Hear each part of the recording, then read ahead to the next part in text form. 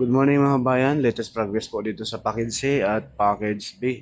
Pupuntahan din natin ang Package B mula dito sa area ng Tiaong mga bayan, ating silipin doon.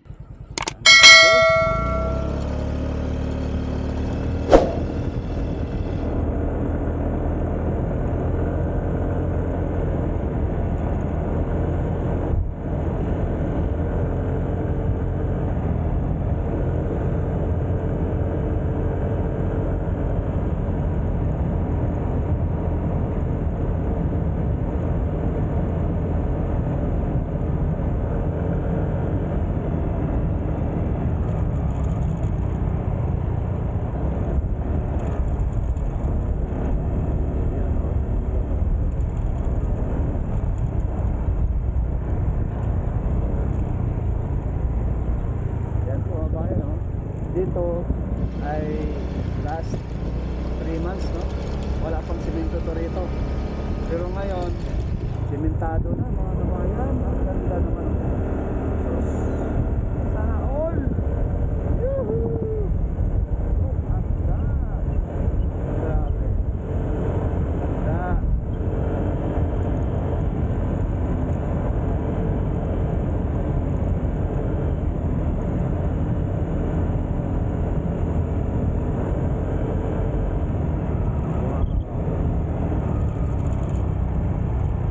So much.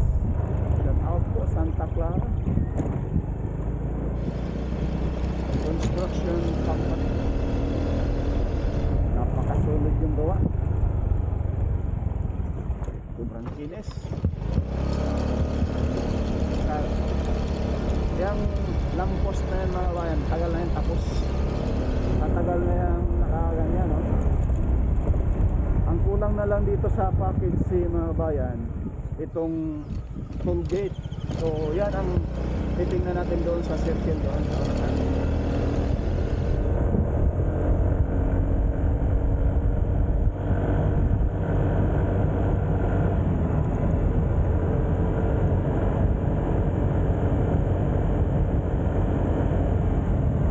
Ano na yung progress dyan sa toll gate dyan sa mga kabayan.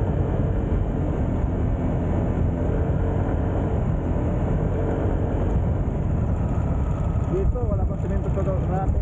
Yan, sementado na. Narito na po tayo sa Tiaong Dizon mga kabayan. Nakalampas na tayo sa boundary ng Barangay San Isidro, San Pablo City, Laguna. Yun po yung pinakalas na barangay bago mag Dizon. Tiaong Dizon mga kabayan. Wow, grabe, sobrang ganda. Ayan po yung Tiaong dyan mga bayan proper, no? Papuntang Dolcina, papuntang Candelaria, papuntang Cariaya, Dolcina, Bicol, Samar Leyte area, Mindanao.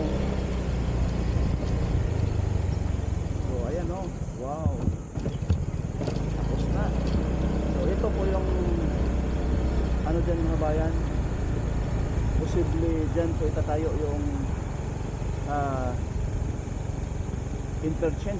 Dyan nga mga kabayan, o ayan, o naglagayan sila roon ng ano, i-drone shot lang natin.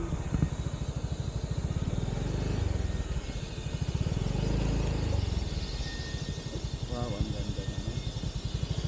Hanggang ngayon may nagtrabaho. Yan, o mga kabayan, tuloy-tuloy yung gawa. Ayun, may gumagawa sa ngayon. Ayun, mga kabayan. So ngayon dito diretso muna tayo. Ano natin ang drone shot dun sa dulo. Papuntahin natin yung drone sa papuntang Barangay Lalig. So ito yung circle, no? Explain ko lang ha, konti. Kung galing ka ng Maynila, diretso ka dito. Pagdating dyan sa kanto na yan, ikot ka. Ikot din sa labas mo dito sa kabilang side. Pag ikaw ay mag-exit sa Tiaong. Kung ikaw naman ay galing ng Tiaong, kabilang side. So ngayon mga bayan, narito na po tayo ngayon sa mismong area ng Barangay Palma, Alaminos, Laguna. Ito po yung portion ng Package B na ang kulang na lang mga kabayan, ito na lang pong tulay at konting paglatag ng simento rito sa area ng Barangay Palma, papunta doon sa area ng yung area ng San Miguel mga kabayan ay tapos na doon, malatagan ng simento. Dito na lamang po, ayan masisilayan natin yung baba mga kabayan. May isa pang ano dyan, yung gagawing overpass yata. Dahil may papasok doon sa Barangay Palma. No, ayan po, mayroon pang lupa na nakahambalang dyan sa alignment ng SLEX.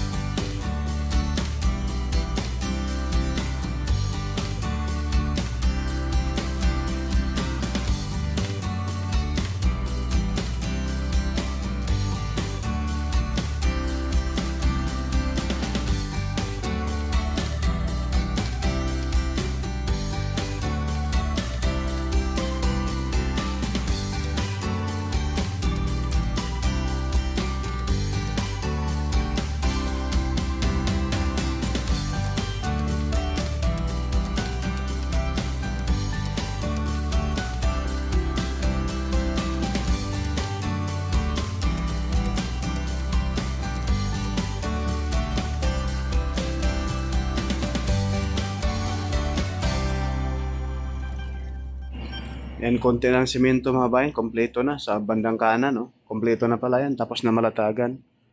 Pinapatuyo na lang po yung gilid mga bayan sa gawing right side, oh. So ngayon, ito yung portion ng Barangay Palma. So ito po yung area na matagal pong natingga dahil po siguro sa right of way, no? Dahil baka hindi nagkaunawaan sa presyo ng lupa rito mga bayan. Katabi lamang po ito ng Alaminos Laguna Bypass Road. Na sa bandang kaliwa natin na may tulay dyan ay mayroong diferensya.